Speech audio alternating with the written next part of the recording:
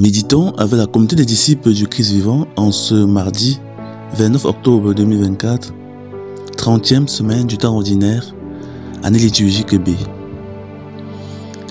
Évangile de Jésus-Christ selon Saint Luc au chapitre 13, versets 18 à 21. En ce temps-là, Jésus disait: « À quoi le règne de Dieu est-il comparable ? À quoi vais-je le comparer ?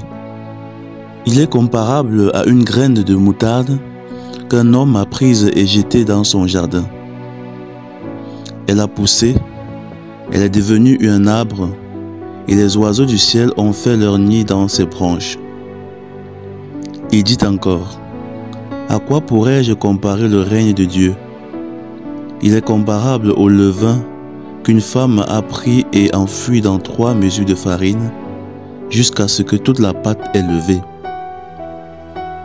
Acclamons la parole de Dieu.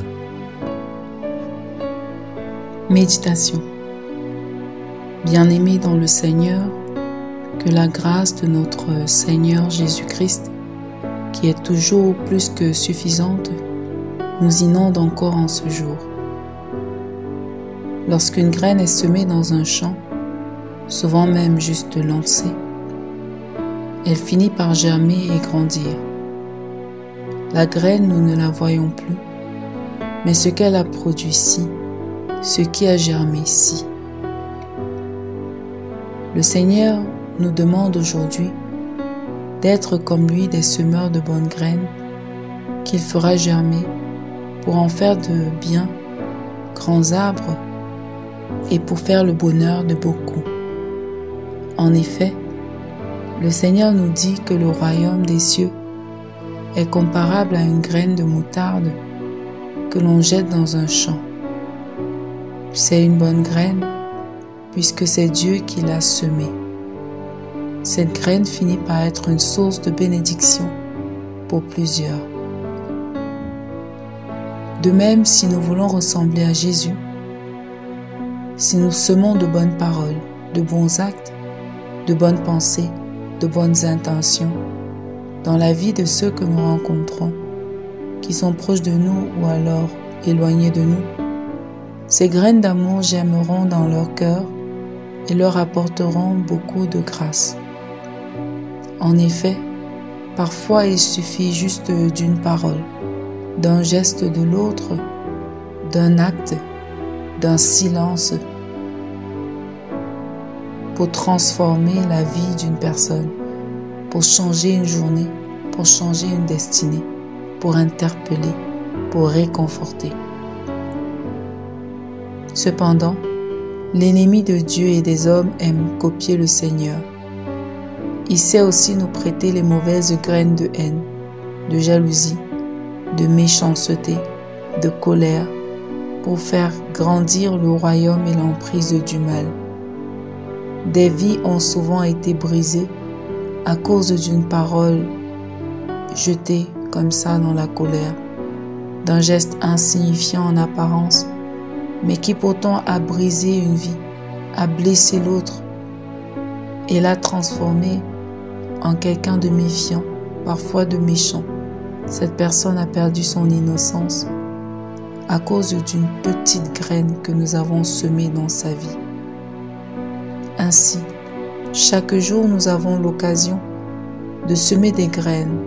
Elles peuvent être des graines de vie, comme celles que le Seigneur sème, ou alors des graines de mort. Nous devons choisir de quel côté nous sommes et nous battre pour semer le plus grand nombre de graines de vie, afin que la vie l'emporte autour de nous.